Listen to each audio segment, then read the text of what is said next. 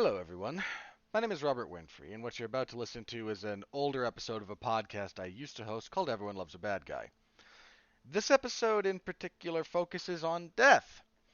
Cheery subject material, I know, but not so much the concept of death as the various incarnations of death that have appeared in screen, both big and small. Or the written word, come to think of it. In pretty much any book by Sir Terry Pratchett, you'll find some personification of death. He is fond of making death a character.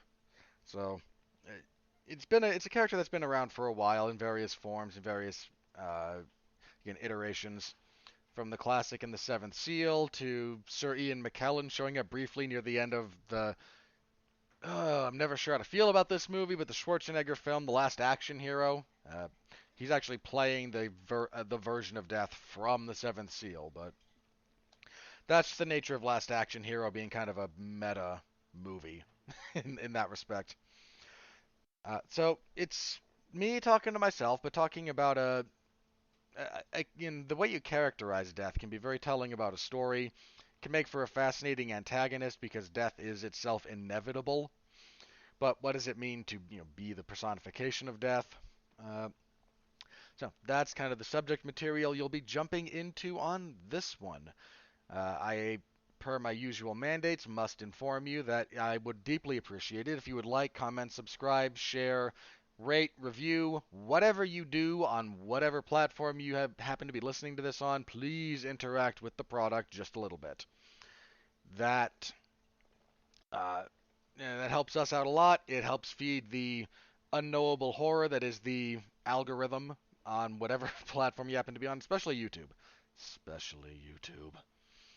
But if you could do anything in your power to help us out in that respect, that's deeply appreciated. You can also help us out by supporting our sponsors. We have a few of them. And first up, Amazon Music. If you like music, and who doesn't, you can get a completely free, 30 days of the Amazon Music Unlimited service. You will gain access to their entire catalog of over 70 million songs. You can listen to everything ad-free. It's great. So if that's something you'd be interested in, go to getamazonmusic.com/W2M network. Once again, getamazonmusic.com/W2M network. There is a link in the description down below. So click on that, you get 30 days. After that, you can decide if you want to keep it and start paying for it, or if you just got to enjoy a free 30 days of the best music streaming service on the internet. There's no risk and no loss to you one way or the other. Also helping us out here is Grammarly. For you listeners of the W2M network, Grammarly is offering a free download of the Grammarly software. Grammarly's AI-powered products help people communicate more effectively. It's important. Grammarly helps you write mistake-free on Gmail, Facebook, Twitter, LinkedIn, and nearly anywhere else you write on the web. Grammarly corrects hundreds of grammar, punctuation, and spelling mistakes, while also catching contextual errors, improving your vocabulary, and suggesting style improvements. To download Grammarly today, go to getgrammarly.com/W2M network. Again, that's getgrammarly.com/W2M network to download Grammarly for free. There are links to them as well in the description below. With all of that out of the way, let me throw it back. The original air date for this episode, I always try to include that, July 3rd of 2015, which does mean there's a handful of iterations of death in, again, screen and written work that are not going to be discussed because they had not yet been committed to the public consciousness. But with that out of the way, throwing it back to myself in 2015, hope you all enjoy the show.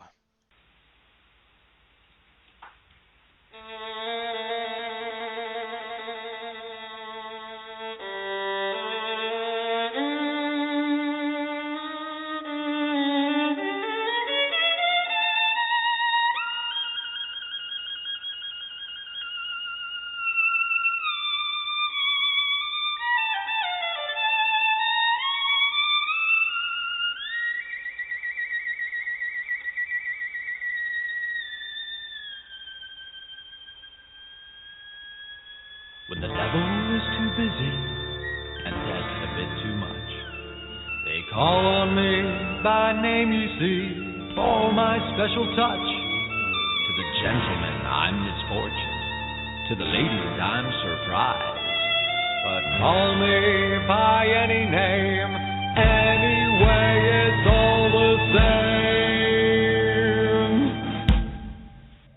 I'm the fly in your suit, I'm the pedal in your shoe, I'm the bee beneath your bed, I'm the bump on every head, I'm the heel on which you slip, I'm the pin in every head, I'm the thorn in your side, makes you wriggle and writhe.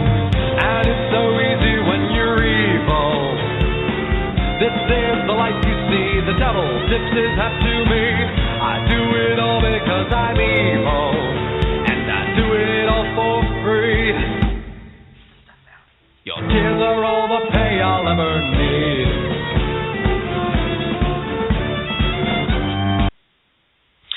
All right, ladies and gentlemen, boys and girls, children of all ages. Though once again, if you're a child listening to this, your parents have failed you on some deeply fundamental level. This is Everyone Loves a Bad Guy. I'm Robert Winfree. I host this thing every Friday, pretty much. Every now and then something else comes up. I was off last week because I agreed to cover Bellator 139 for 411 Mania, and I got to watch Czech Congo lay on another man for 15 minutes. I would rather have been here. All right, tonight, almost an abstract concept, inspired in part by some recent events. I figured tonight would be as good a time as any to talk about death, because why not?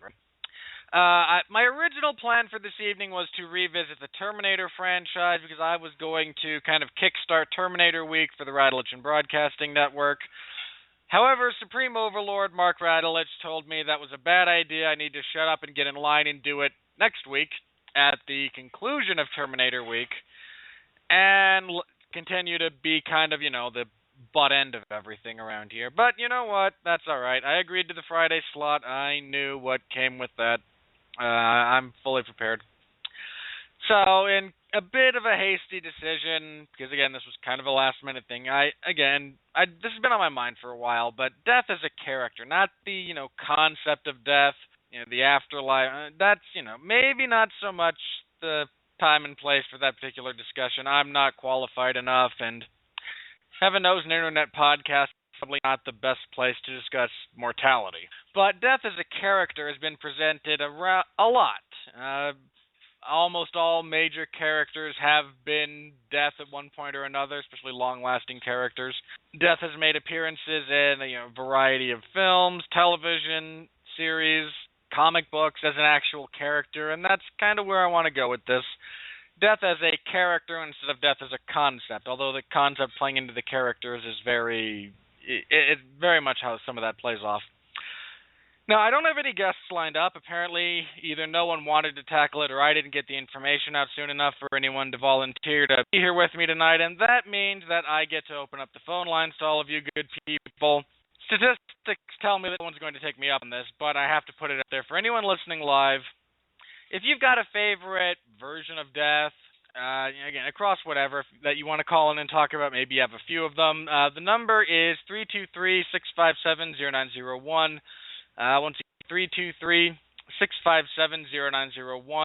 Call in using Skype. There is a Skype icon on the Blog Talk Radio player page. You click that, you click through a couple of boxes of dialogue, and that'll get you up into my switchboard. So again, kind of focusing on death as a character, and so again, anyone out there who wants to call in, that's how you do it. I try to give out, again, there are shows that I don't take calls on. Usually if I have a guest lined up, I'm not especially keen on taking calls. But if I don't have anyone, I don't mind opening it up to all of you good people out there who happen to be listening live. I know there's like 4 of you, and God bless you for all of your efforts. A bit of the inspiration for this came from, a month and a half ago, give or take. It was in the month of June, I think early June. We had a rough series of days in the entertainment world. News of Sir Christopher Lee's passing hit us. And the man was 92, and by the time he was half that age, had lived a better life and a much more interesting life than most of us will ever be able to. I mean, he was in World War II, he hunted Nazis, he'd already been in a bunch of movies by the time he was in his 40s. I mean, again, 92 years old, lived the fullest life possible. Incidentally, if you want to listen to a career retrospective of Sir Christopher Lee, Pat Mullen and I recorded one in January of this year when Christopher Lee was very much alive and kicking. That is currently the featured episode on the Radulich Broadcast Network, so you can find it very easily. You can listen to that if you're so inclined. That's all appreciated. Not too long after, he actually had passed before we got the notification in June. They wanted to make sure they notified the family before notifying the world at large, which is perfectly fine. But the same day we got news of Christopher Lee passing. Professional wrestling legend Dusty Rhodes passed away. Big blow for the world of professional wrestling. It's just been jazz legend Ornette Coleman was around that same time. I don't talk about myself all that much on here, but I am LDS, colloquially known as Mormons. We've had a couple of members of the Quorum of the 12 Apostles pass away the last few months. It's just being a death's out, kind of reminding everyone that he's here. And that's fine. That's kind of what he's supposed to do. You know, death is a natural part of life. And which is kind of where I want to start my discussion here with all of you out there, again, listening live or after the fact. Death is constantly portrayed as an antagonist, but he's very rarely a villain. I mean, death is almost never, malicious or vindictive or outright evil. It's just a natural progression of, from life to death. And it's the enemy in the traditional sense because, people want to live. It's within our nature to fight as hard as we can to avoid death. By and large. Again, that's within our base nature, I suppose is probably the best way to say that. So we constantly fight against death, but he's very rarely, evil, malicious, anything like that. He just is. It's just death. And I say he, that's not necessarily fair. There are plenty of female representations of death out there. I use he in the general sense here, I suppose. And I suppose we may as well start with I believe the best. Now, death has been played for, dramatic value, for comedic value, across, again, various mediums. Homer Simpson was death once, fun, on a Simpsons Treehouse of Horror, Homer becomes death, it was funny. Not the best Treehouse of Horror episode, but, not the worst.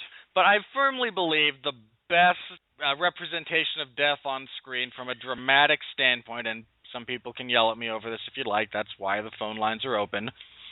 I believe the best one probably goes to, and I'm going to butcher this guy's name because I've never said it out loud before, so my apologies, but Swedish actor Bengt Ekeroth, and I know that's wrong. I am well aware of how wrong that is, but I'm not sure where the accents are. But most famously, he plays Death in the version, in Ingmar Bergman's classic film, The Seventh Seal. For those of you who haven't seen the movie The Seventh Seal, two things. One, it's all in Swedish, so you have to be comfortable reading subtitles. But it's a phenomenal movie. I mean, a phenomenal piece of film. It's just absolutely incredible in so many ways. And this representation of death it sets the standard, by and large, for a lot of, the episodes, a lot of visions to come. He's all in black. He is not wearing, he's not skull-faced, doesn't have the scythe for a lot of the film. He does have it for parts of it. And he comes to Max von Sydow's night in the very, very first couple of sequences. We're introduced to death. Very striking from a visual perspective. And this is also one of the reasons, one of the images we get throughout popular culture is of someone playing chess to kind of beat death. Max von Sydow's knight, I forget his character's name, challenges death to a chess game. If Max von Sydow is able to win, he will go free. If death wins, he claims not only him, but everyone around him at that particular time. And they actually play, the version of chess played in medieval times is not the version of chess we play today, by and large. That's neither here nor there. The game itself is completely incidental. This is where we get a lot of the visions of death. He's very pale, he's very tall, he's all in black, and some of that is, from art going back all the way to the Dark Ages and beyond, but from a cinematic standpoint, he's one of the very first. And, again, the knight tries to cheat death. It doesn't work. You can't cheat death. You can't beat death. It's just a bad idea to even try more often than not. But he's very calm, very, kind of implacable, very matter-of-fact. He's not evil. He's not, randomly killing people. He kills people and he takes them because it's their time to go, not because he doesn't like them or because he's a despicable entity. He's played by a man, but again, it's death, not. It's more than just a man. It's again the entity of death. But he's not a bad guy. The knight just desperately wants to live, and death is well aware that it's his time. Death claims a few people along the way, eventually defeats the knight. The knight actually makes a sacrifice so that a young family can escape from his company so that they will not be claimed by death after he loses the chess game. But putting death actually into the movie was a very, very intelligent move. I mean, the Seventh Seal deals a lot with the notion of a silent god, because actually when the Seventh Seal is broken in the Book of Revelation, which is where the title comes from, I believe that particular line is something like the heavens were silent for the space of half an hour, something to that effect. Forgive me for not knowing it off the top of my head. I'm not completely up on all of my scriptural quotes. But it's a very kind of thoughtful meditation on not just religious life, but life in general, mostly in a post-nuclear age. This movie came out in, 50s, I want to say. As big a fan as I am of that movie, you'd think I'd remember off the top of my head. 1957. So this is after the United States has detonated, atomic bombs over a couple of Japanese cities. The Russians are now developing atomic and eventually hydrogen and nuclear weaponry. And it's again very much trying to come to grips with living in a world where not just personal death lurks around every corner, because that's never changed, but living in a world where we could substantially alter the face of the planet with the push of a few buttons. I mean, that's almost a level of insanity that is completely unique to the human race. And anyway, Mr. Ecker wrote, I'm going to mispronounce that guy's name. I've never even heard it pronounced, so that's kind of why, so I apologize. But he's very implacable, very cerebral, very patient version of death is kind of the enduring one. It's what has lasted throughout so much of the rest of both cinematic and television history when it comes to death is just the unstoppable force. It's nothing necessarily malicious, but it won't be stopped. It's just going to happen. And again, he does a very, very good job of it as far as presenting the character. The acting is by and large superb. If you haven't seen that movie, again, if you don't mind reading subtitles, and I don't think you should. I mean, I understand the people who said you don't go to the movies to read. I understand. That being said, this is one of those things that you should probably see. It's a really phenomenal piece of filmmaking. And again, death is very central to it. And again, that version of death is what gets played very effectively for laughs in, the movie that gave us Keanu Reeves, for better or for worse, and more of it's worse than better. Bill and Ted's Excellent Adventure culminates with Bill and Ted challenging death to a series of board games. I seem to recall Battleship, possibly Clue.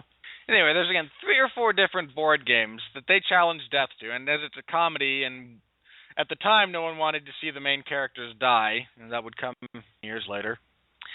They're able to beat death. He can't beat them at any of these games. And again, just in classic, goofy 80s fashion, Death makes a great comedic character, just by and large, because of how serious it is, both in real life and in presentation more often than not. Death is final. Death is it. As far as, mortality goes, I'm not here to preach about, what I believe comes after, so I'm not going. But in terms of, earthly life, death is it. That happens and you're gone. So if you have the proper comedic bent, you can play that for laughs. And again, Bill and Ted, with their time-traveling phone booth, desperately trying to, avoid death, is a very effective comedic tool. And I'm trying to remember who plays death. I mean, let me see. Let's see. It should just be right, man. Socrates. I can't see it. Huh. Anyway, hang on. What is it? Oh, what is it? Oh, The Bogus Journey? Okay. My apologies, ladies and gentlemen. I was very wrong about which movie it was. Bill and Ted's Excellent Adventure. It's actually the sequel, Bill and Ted's Bogus Journey, which was released two years later. Same actors, so you still wanted them dead. Anyway, so passing over my monumental error in judgment as far as that goes, I've only seen them once, so cut me a little bit of slack here. But William Sadler plays Death in that, and again, his inability to defeat them at silly board games, Battleship, Clue, Twister. He winds up just kind of letting them go at the end of it. He can't beat them, and I'm not entirely sure where the notion of I'm going to assume it's both just kind of general mythology and the Seventh Seal that you challenge death, you hope to beat him, and then you get to continue living, even though that ends quite badly for people who cheat death in other movies. Anyway, just to have a comedic death, it doesn't bother me personally. I'm not the biggest fan, but Sadler plays it very well. Another humorous version of Monty Python's The Meaning of Life features death. Again, a riff on Seventh Seal, mind you, because in the end of the Seventh Seal, Death shows up at the Knight's Castle for their dinner. For their final dinner together. In this one, he shows up to a cottage in the English countryside, and if you're familiar with the brand of humor that Monty Python and company are then you know the kind of stuff that follows along with that. And if that's your cut, I happen to very much enjoy British humor by and large, and Monty Python in kind of particular. So I found it very funny. But again, it's just death can be. Death can be funny, not just in the character sense, in the literal sense. But again, kind of the notion of cheating death, an unseen version of death is very prevalent in the Final Destination franchise, which, as a franchise, annoys me to death more often than not. No pun intended. Just because, again, the premise of any of those movies, and I was actually on the Long Road to the flagship program here on the Radulich and Broadcasting Network with Mark Radulich, reviewing the Final Destination franchise, I believe it was last October. So you can find that in the archives if you're so inclined. And I actually have to kind of move along with a joke there that I'll get to. But you never see death in that in any of those movies, but it triggers events that cause the demise of people who have cheated it. The original one is they're supposed to be on a plane that is going to crash. A few of them get off. Plane crashes. Death comes after them for things being out of balance. Again, something along those lines. That is just, again, never seen. But he sets off these series of events that lead to all of their deaths. Title card artist for that, friend of this show, the network in general, and personally, Benjamin J. Cologne made the joke that in some of the later entries, specifically, 3, 4, 5, I believe there's 6 of them. There might just be 5, but they're all the same movie. You see one, you've seen them all, basically. But he's made the joke that it basically becomes a giant game of Mousetrap, and for those of you who are approximately my age, give or take, you'll remember the board game Mousetrap and the long, convoluted series of events that was required to actually drop the trap. And it turns into a giant Rube Goldberg machine, basically. And there's actually a bit of dialogue in the second Final Destination movie that is sadly just completely ignored for the rest of it. But one of the characters mentions that, this isn't just them dying. They tend to die badly. All of these deaths are very violent. Like, death is angry at them for having cheated. And again, very sadly, nothing comes of it. It's a throwaway bit of dialogue that could have been used so much more. And I'm not here to just review that franchise, mind you. But again, the notion of death having emotions, being angry, being forgiving, merciful, and whatnot it's an interesting one because again, death is normally implacable. It's a glacier. Slowly moving. It's not going to stop, and there's nothing you can do to stop it. But again, unseen death, setting off random, chains of hilarity, actually plays very similarly into, I believe it was it's HBO or Showtime. I want to say HBO, but I could be very wrong about that. Probably was Showtime now that I think about it. Anyway, the television series Dead Like Me, which I found very funny. Very sad when it got canceled, but It's that particular show, for those of you who haven't seen it, follows a bunch of Reapers who will go around collecting souls. The group we follow specifically works in, I believe, accidental death or death by unnatural causes. And again, Reapers are divided up according to, the types of death they're going to visit and where they can collect souls, natural causes, plagues, and ours tend to work in unnatural death, and I forget exactly what it is.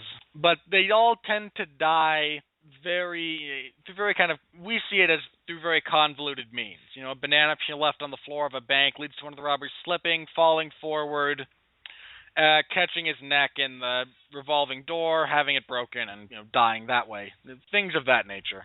I found that again, that show I liked it. It was the proper mix of drama and humor to appeal to me, and I'm not big on anything that's just kind of straight down one line. So the fact that it blurred those lines worked well, and again, it kind of explored the psychological effect of people being, reapers and harvesting people's souls. I mean, they were going to die anyway. They don't actually kill anyone. They just help facilitate their transition.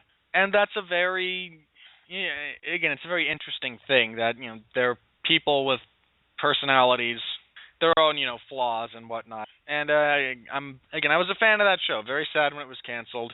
The follow-up movie was fine. I think we need more. I don't think it's feasible at this. I was a big fan of that show. Kind of speaking of, death as a person who does there's actually death has been featured in many television series. Actually, quite a few episodes of The Twilight Zone have dealt with death. The one that actually sticks out in my mind, probably because I've seen it the most recently, a few years ago, probably more than a few at this point in time. I haven't looked up how long ago it was because I don't need to feel any older than I do. But years ago, I'm old enough to use that phrase now. When they attempted to kind of revive the Twilight Zone as a weekly serialized thing, Forrest Whitaker hosted it. Did kind of the Rod Serling thing. They had an episode dealing specifically with death as a person who decides he's had enough and he's quitting. This version of death is played by Jason Alexander, but Jason Alexander most famous for his portrayal of George Costanza on the television show Seinfeld. He is the only moderately amusing part of that whole show, unless Arthur Stiller is on screen, because he's awesome. But apart from that, I firmly believe George Costanza is the glue that holds that show together. Everything else just kind of falls apart without him. But Jason Alexander's death was interesting. He's just had enough of doing what he does. He tries to kill himself a few times. It doesn't work. I mean, he can't die. But he decides he's had enough. He stops harvesting. He stops letting people die. And he mentions very specifically that it's not just people. He kills, insects, flowers, everything in the universe that dies is kind of done by him.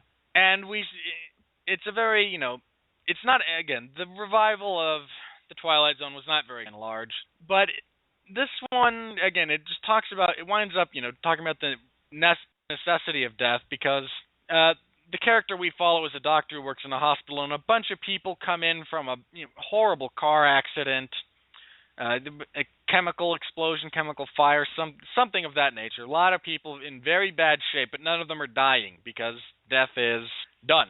He does not wish to harvest anymore. So now you have all of these people, missing limbs, horribly burned, in unspeakable agony, but they can't die because there's nothing to facilitate it.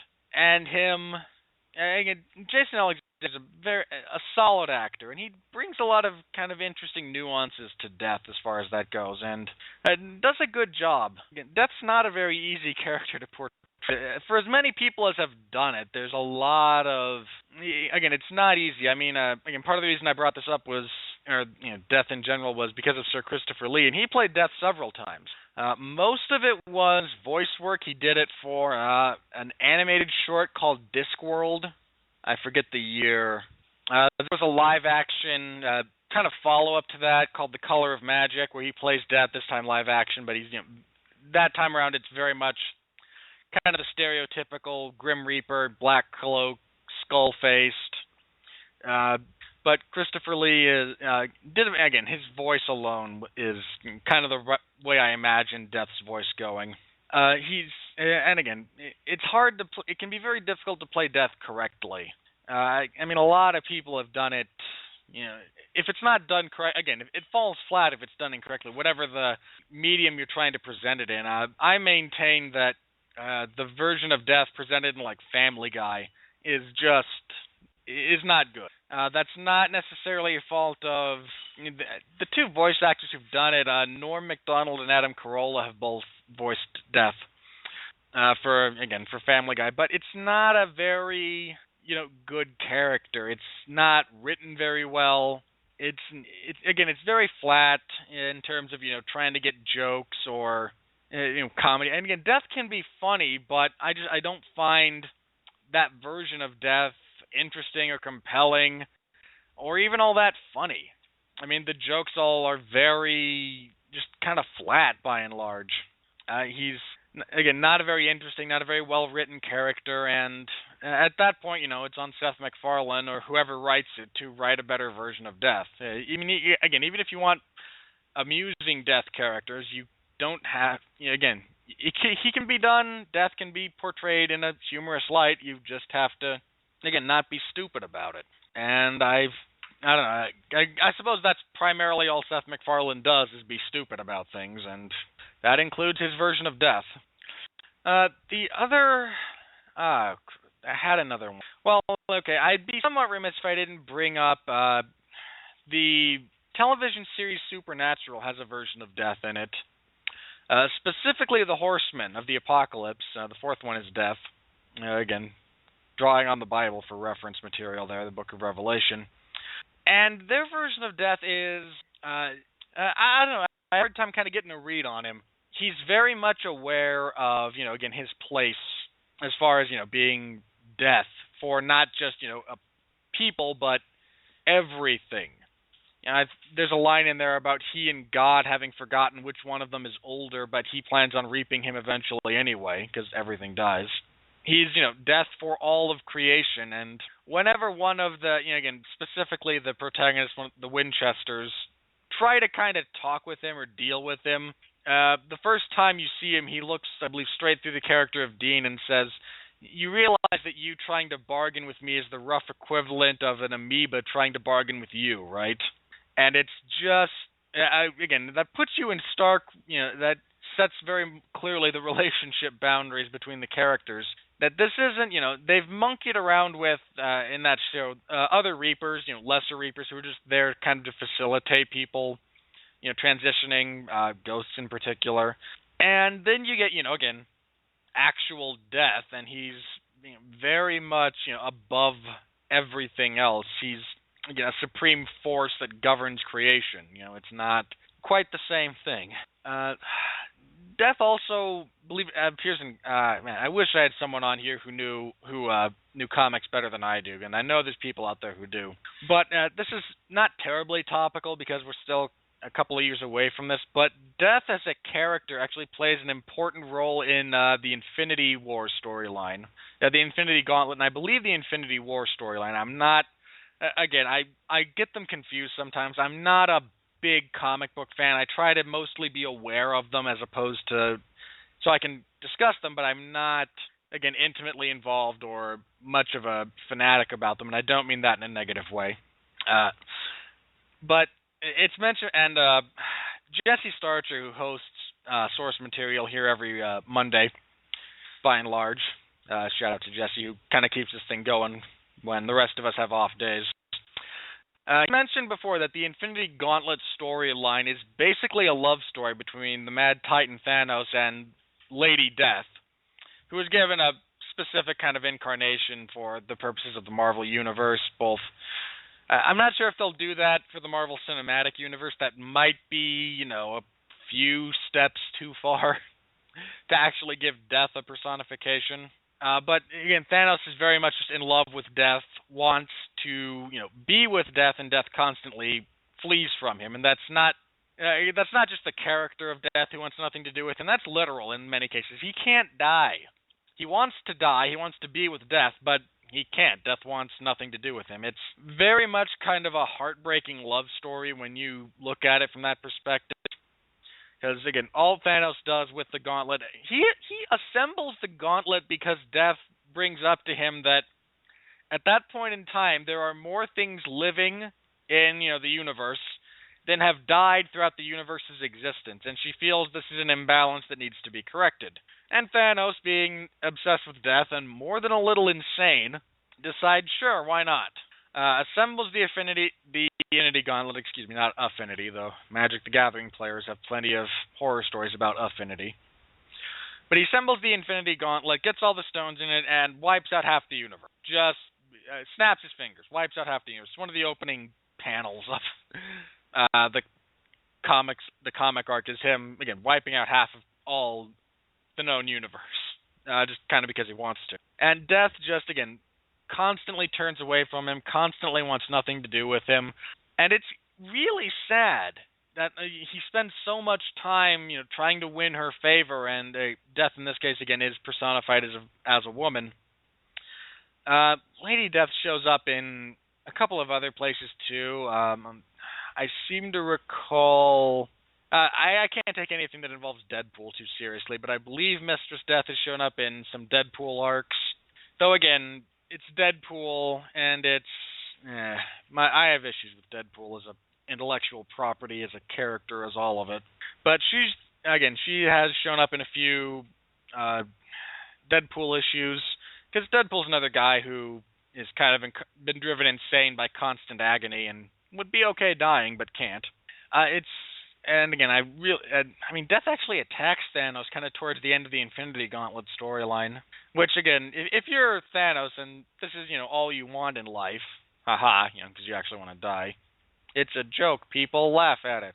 But if that's all you want out of your existence and then Death actually turns and attacks you, it's heartbreaking when you understand that it's a love story. Now, again, with the Marvel Cinematic Universe, I don't think we're going that far. I don't think they're going to give Death a personification. I don't feel that's something they're going to be comfortable doing. I don't think it would play all that well with most of the audience. So, we can still have Thanos be obsessed with Death, but I don't think we're going to go, Death actually hanging out with him and him trying to impress her. I don't think that's the direction things are headed. But Death in comics, DC has a very interesting version of Death. I want to say it's Necros, something like that. He's one of the main characters responsible for the Blackest Night crossover event, the Black Lanterns, the reanimated dead that wreak all kinds of havoc across the galaxy, for those of you fans of the Green Lantern series out there. And I know there's at least two of you. One of you is probably listening. Hi, Sean. But he's very much responsible for that happening. He, again, he uses the Black Lanterns to kind of take over, the living. He wants, all living to become dead. I'm not intimately familiar with all of it, so I apologize for things that I'm getting wrong here. To everyone out there listening who's screaming at me now, no, it's correcting me with it, and I appreciate that. Again, and feel free to subscribe to the show, leave comments and criticisms. That's where you can yell at me. Is in the comment section for any of these on iTunes, Blog Talk, where have you. Or if you like us on Facebook, I'm getting these plugs out way early. If you like the Radlich and Broadcasting group on Facebook, you can yell at me there too. Yeah, that's all fine and dandy. I'm okay with it. But again, in comics, Death is usually more kind of vindictive and evil because he's meant to be the opposing force. And that's certainly true. Again, Blackest Night as a massive crossover event, dealing with the deaths of various heroes that have happened throughout, that were kind of leading up to it. And Death eventually is overcome by, the White Lantern Corps, which is, I believe, the power of creation, something along those lines. Again, I'm not intimately familiar with all of this. I think the other primary version of Death I wanted to touch on is actually a version of the version of Death from the Seventh Seal. In the, I'm always kind of torn on this movie because part of me appreciates aspects of it, part of me can't stand it. But the kind of ill-fated, because it didn't turn out very well in several ways, at movie The Last Action Hero, starring Arnold Schwarzenegger, one of a few missteps he had about that point in time in his career. Um, the crux of that story involves a magical movie ticket that lets the wielder of the ticket actually go into movies and bring people out of movies and whatnot. And towards the final sequence, half of this ticket actually winds up touching the screen at a showing of The Seventh Seal. And that version of Death leaves the movie and actually enters the real world. Well, again, Bengt Ekerot, and I'm going to apologize again for butchering that man's name. But he, I believe, was dead by this point in time, so they needed someone to play his version of Death, and they got Sir Ian McKellen to do it, and that was, again, his very brief turn as Death in that movie is one of the absolute highlights of it, which should be no surprise considering, Sir Ian McKellen is Jesse Starcher playing the home game tells me that The Last Action Hero is the greatest movie ever. There are several exclamation marks to his point, and he's done it in all caps, so we can tell he's serious. But again, Sir Ian McKellen as Death is was really superb, because he brings that same kind of implacability. He walks in on, the kid who, I don't like child actors in general, and this one was passable. He's desperately kind of trying to get Arnold Schwarzenegger's character back into his movie where he can't die. He's the action hero, and he can't die within his movie. So he's to get him back into it. Death shows up, and the kid pulls a gun on him, which is a somewhat hilarious image.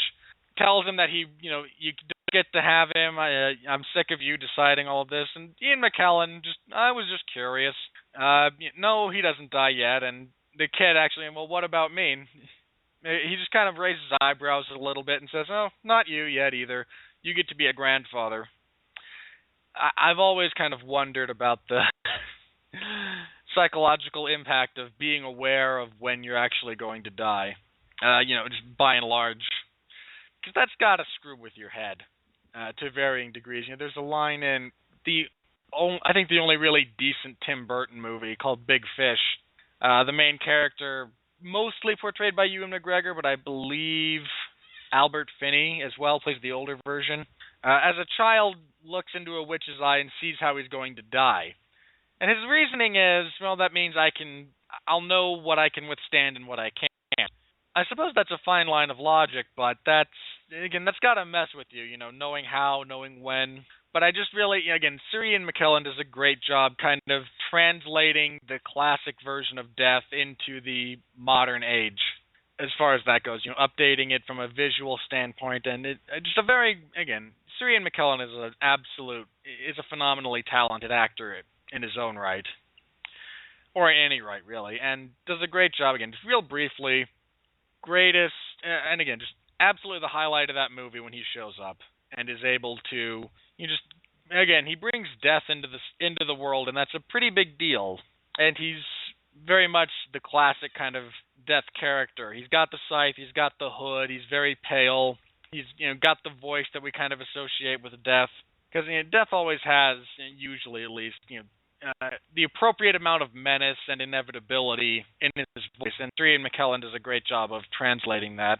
And, honestly, I think that's about all the versions I meant to segue into this earlier, because I imagine there's a few people out there who might throw things at me if I overlook it.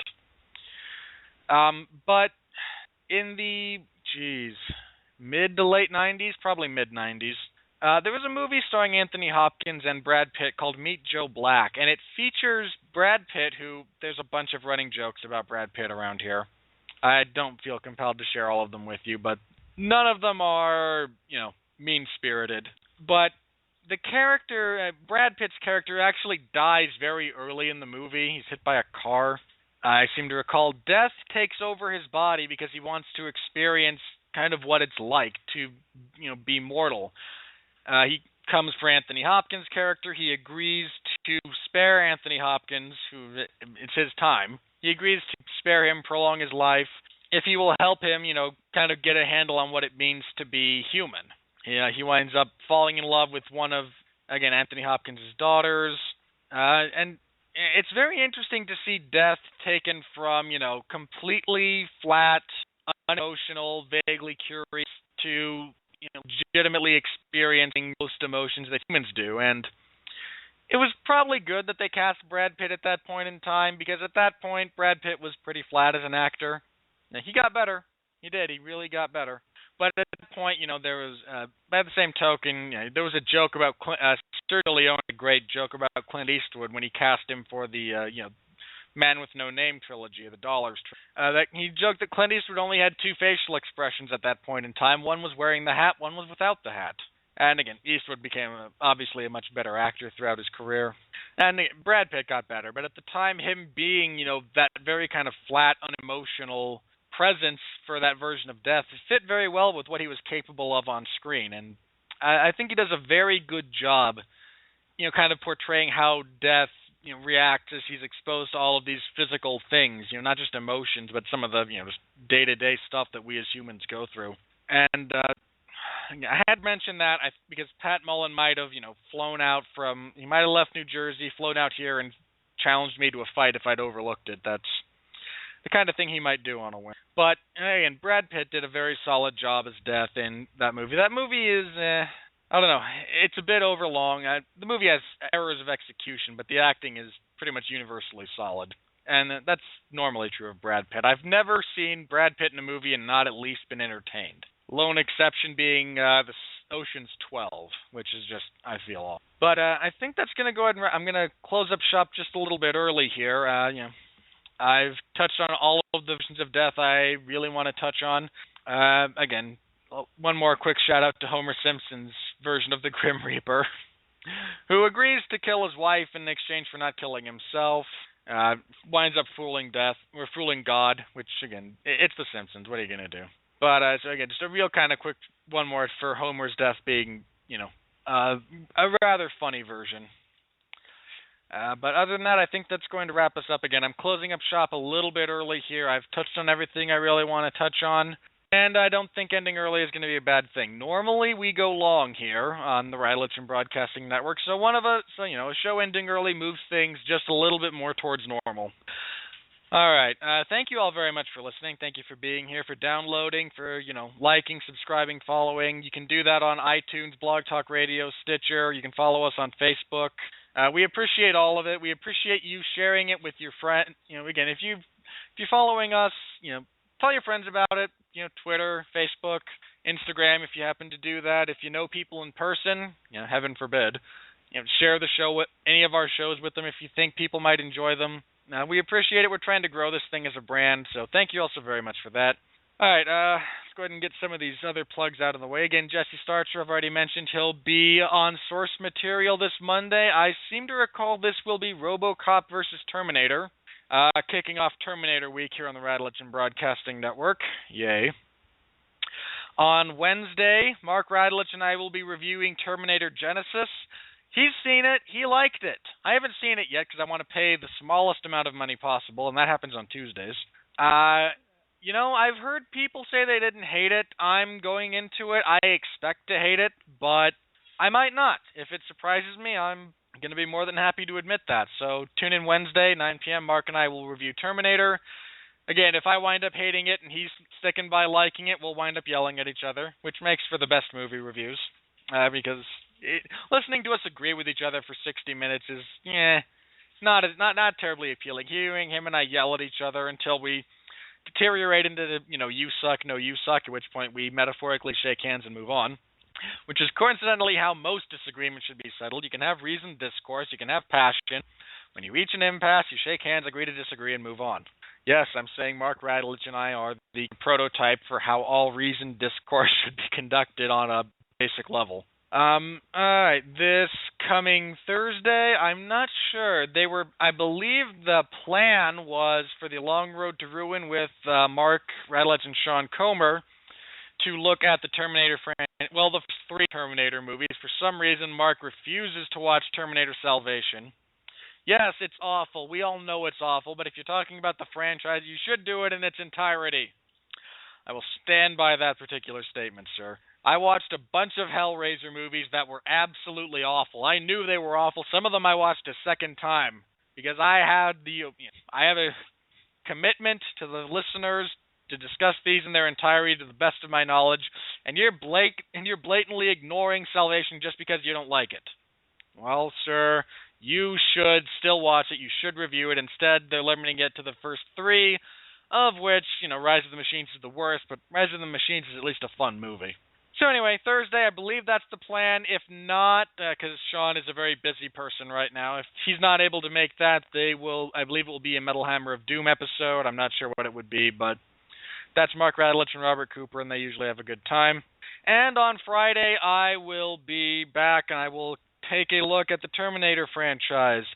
Funny story, my first ever episode of Everyone Loves a Bad Guy, first ever, way back when, a couple of years ago, was meant to be part one of a two-part look at the Terminator franchise. Mark Radulich was on. He and I talked about Terminator 2 and 3. We left the original because I was going to talk about that with Stuart Lang. That kind of fell apart, and there's not been a part 2 since. It's kind of a running gag. Actually, ever since The Long Road to Ruin wrapped up their look at the Rocky franchise, I've got I now have the title of longest-running open-ended two-parter. And I'm going to close that on Friday when I can look at the Terminator franchise again. I'm not going to limit it just to the first one. I'm going to, talk about the franchise as a whole, but I'm also working on lining up a guest for that one because, again, 60 minutes of me rambling is not the most entertaining thing in the world, and believe me, I know. All right, but that's all of that. There is no coverage for me in the MMA Zone of 411 Mania this week because this Saturday, is the 4th, so there won't be an event. However, a week from Saturday, on the 11th of July, UFC 189. It was going to be awesome. Now it's just going to be okay. Jose Aldo, UFC featherweight champion, injured his ribs. Won't be able to fight Conor McGregor. Really sucks. I was really looking forward to that fight. I really, really was. But won't be able to make it. Chad Mendes steps in, and now I have to root for Conor McGregor because my dislike of Team Alpha Male is well documented, and I don't feel compelled to go into it again. But anyway, on the 11th, I'll be covering UFC 189.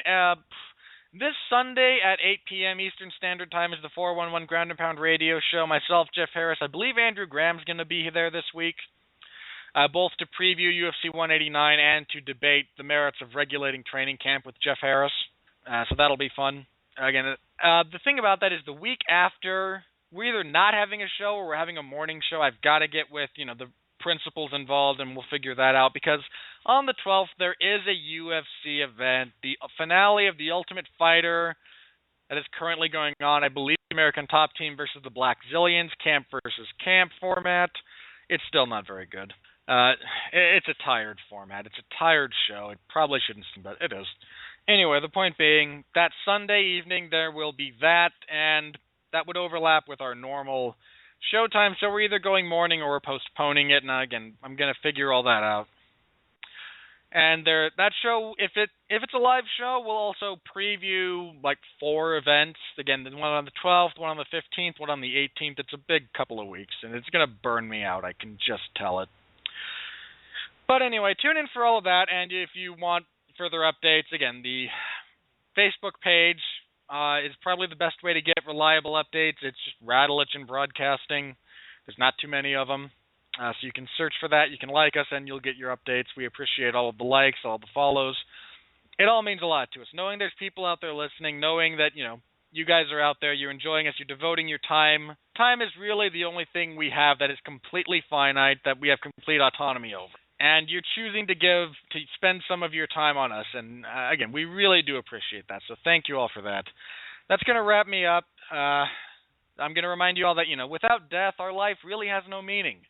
It is the fact that we are inevitably going to die that provides us with purpose and the drive to accomplish great things. If we could just lounge about and be, Tolkien elves, nothing would ever happen. Nothing would ever get done. It would be ugly. So thank you all for listening. I'll be back next week. Until then, here's Tony Montana. And I'll also remind everyone to be well, be safe, and behave. So say good night to the bad guy.